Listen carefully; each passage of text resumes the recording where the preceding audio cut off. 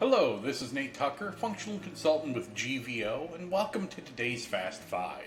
In this edition, we'll be going through memorized transactions in under 5 minutes.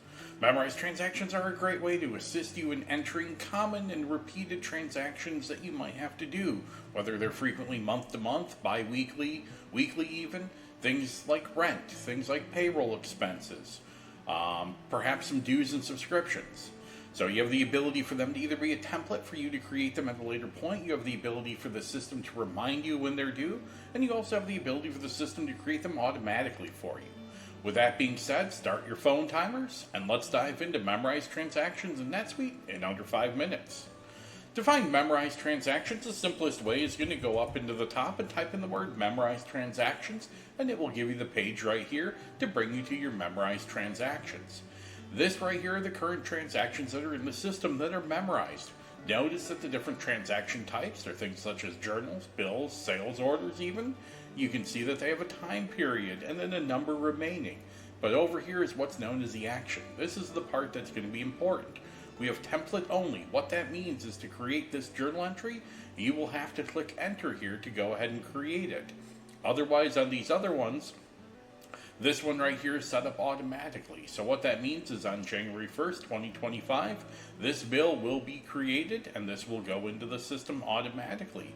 These other 4 are reminders. What that means is these will show up on my home page. So if I go back to my home dashboard, when these dates hit, these will show up in my reminder as ones to create. And right here are my 4 memorized transactions due.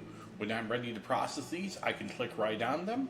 Right in here, I can go ahead and click all of these. If I wanted to use the next date in the system, I can go ahead right here and click Use Next Date, and it will automatically create all 4 of these transactions for me just by hitting Submit.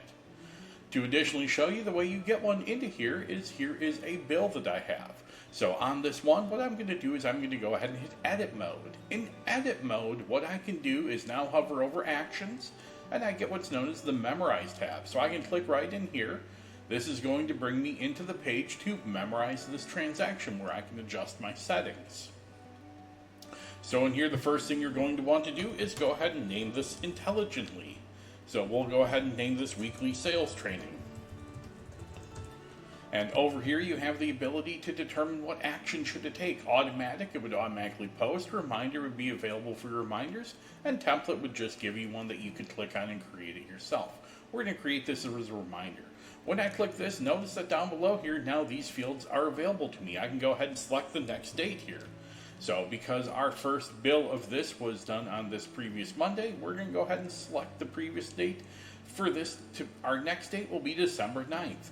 And we want this to repeat every 1 week. And we have 23 remaining because we're doing this for 6 months.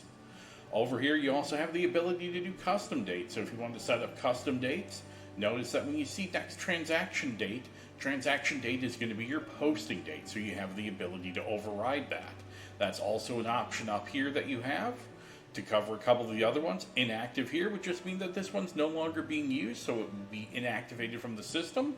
Override transaction date means that you'd have the ability, when you click on here, to set your transaction date or the posting date. And additionally, you have the ability to allow posting lock periods, update addresses off of the current customer record, off of the current entity record that's associated, and then you also have the same option to update prices to make sure that they are currently the same as what they are naturally. If you don't check these, it will just keep the same costs and prices and addresses going forward. So at this point now, I can go ahead and save this, and right in here, I've now created this memorized transaction. When you go back to your list of memorized transactions, one of the nice things is you have the ability to click right on here, and you can actually go in and actually view the transactions that have been created. So right through here, you can see the dates. You can see that document number of all those bills that have been generated. And that's it. If you're interested in learning more about NetSuite, go through our website, goVirtualOffice.com. Otherwise, feel free to call us at 888-773-2123. Thank you. Have a wonderful day.